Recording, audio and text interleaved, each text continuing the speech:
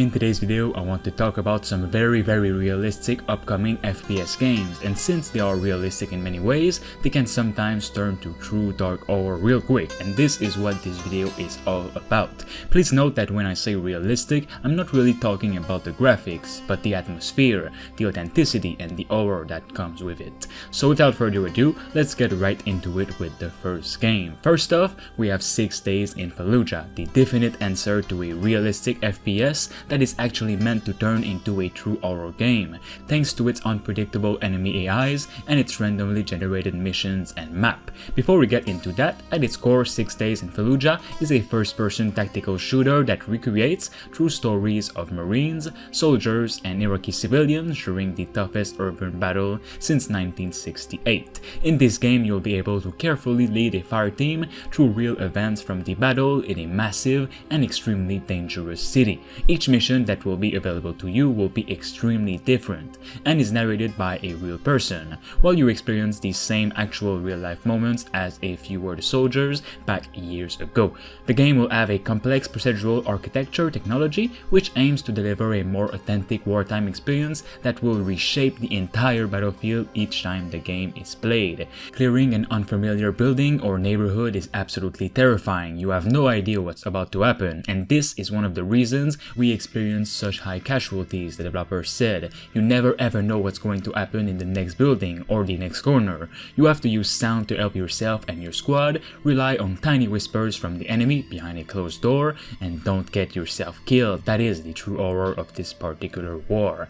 Every move changes everything. Another big challenge for our games was making it as easy for you to order your team to do something as it is to fire your weapon. Teamwork and coordination are essential for survival in hostile situations, and the team wanted to make sure they made this an integral and accessible part of the game. And signals are meant to be contextual so as not to confuse players, and seems to be of similar function to the ping system in games like Apex Legends, for example. If you point at a location, your team will know to go there. If you point at an enemy, your team will know to target them or lay down suppression fire, and etc. I'm super excited for this game, which is coming in 2021 to all consoles except the Switch. Next up, we have Project Wraith, a very interesting upcoming FPS game that wants to make a truly realistic and simple tactical shooter that wants to focus on the most important elements of a shooter with no microtransactions at all, no random skins and things like that. Just clean and classic gameplay that will accommodate both competitive and casual players depending on the modes available.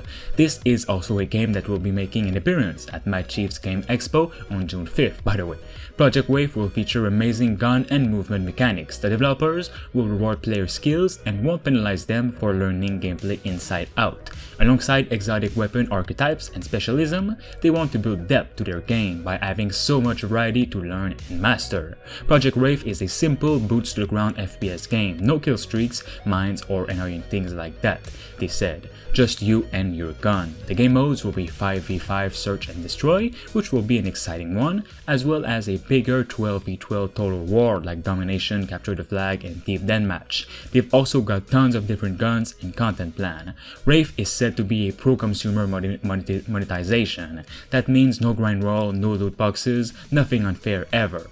People who purchase the game are entitled to free updates, DLC for life. You can even earn cosmetic skins without spending a penny. The devs are focusing on fluid controls and gameplay, easy to learn but hard to master. Next up, we have Ground Branch. This hyper-realistic tactical FPS has already released on Steam Early Access, but thanks to a new partnership, the future of this project is looking as bright as ever, with new maps, new weapons, and plenty of other new features. Now, before we get into that, in Ground Branch, you will play as the elite paramilitary arm of the CIA Special Activities Center and lead other special operation forces through challenging deniable ops all over the globe. With deliberate, calculated, and unforgiving gameplay, Ground Branch aims to be the true rebirth of the tactical realism genre of the late 90s and early 20s. Powered by Apex Unreal Engine 4, Ground Branch puts the tactical back in tactical shooter, no compromises. Ground Branch unique true first-person system improves world immersion and awareness of your surroundings, providing zero disconnect between your view and your character's physical presence in the environment. The new partnership announcement will bring even more goodness to this already good game. Micropose will bring them some much needed stability as development development continues in earnest towards V1.0. The Microprose crew will also be handling a good chunk of the marketing and helping them extend their reach not only to their established community but also to new audiences out there. That means expanding the player base, generating more funding for development, and getting to where the developers want to be a little faster. As part of the partnership announcement, Microprose also shared a ton of new screenshots for new maps. Super excited for this game's future. Next up, we have Ready or Not, another game that just recently partnered with a publisher, and thanks to that, once again, this upcoming game will be releasing in a much better state and with many more features and maps. Thanks to this partnership, the developers are finally releasing development updates regularly, like gameplay videos and gameplay features. And my god, does it look like a realistic tactical experience. Preparation and precision will be key in this game, as any move forward runs the risk of a suspect flanking behind you unseen from the darkness, while car alarm triggers from shots fired. Many of the levels combine these two elements with long hallways and bullet-ridden rooms containing potential suspects, while others are in more open areas, which can also be extremely dangerous depending on the equipment that you have. Ready or Not single player and cooperative experiences are absolutely its central focus. As such, the game's artificial intelligence has been built from the ground up to be intelligent, adaptive, and reactive. Suspects dart from cover to cover, flank sedentary players, and utilize their surroundings and civilians to get the upper hand. Any encounter with a suspect has the chance to be a lethal one, and a lack of awareness, perception, or preparation can mean failing a mission, or not making it out of one alive. Civilians, hostages, each other, environmental objects, and more can impact the situations you'll go up against. Every encounter should be treated as a unique situation with its own necessary preparations, tools, and risk. Next up, we have Crossfire X Campaign. Now, if we have to talk about an upcoming game with realistic graphics, Crossfire X Campaign is a game that comes to mind. Not only is it developed by Remedy, creators of Control, Alan Wake, and such, but this campaign is something completely different than its multiplayer element, which is more on the competitive side. The campaign will feel like a more realistic Call of Duty story and will include awesome action sequences with realistic outcomes and such of a near future setting. Operation Spectre, the campaign story, is told from the perspective of Blacklist, one of the two warring mercenary faction players will meet in both campaign and the multiplayer experience.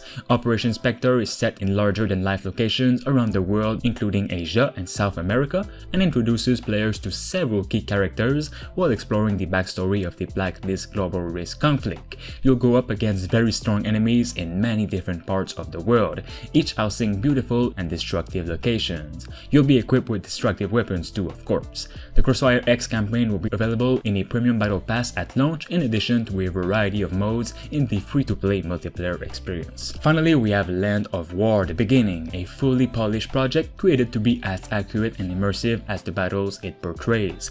This game is not so much realistic on the graphics side, but the setting and what happened is. Land of War is the world's first-person shooter game fully dedicated to the outbreak of World War II in Poland on September 1939. It portrays the opening episodes and battles fought by Poles during the German invasion. Land of War is absolutely the first video game to concentrate on this period of war. This early stage war was completely omitted until now. Land of War also explores weapons never or rarely used in games before. Some of those weapons were prototypes only at the start of the war.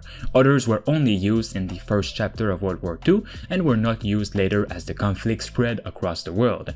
Use this gear, learn about its unique abilities and stories behind it. The creators of Land of War are fanatics of classical World War II shooters. As a result, their product reflects the principles underlying some of the earliest games in the genre: clean and simple gameplay with intuitive steering and plenty of enemies to kill.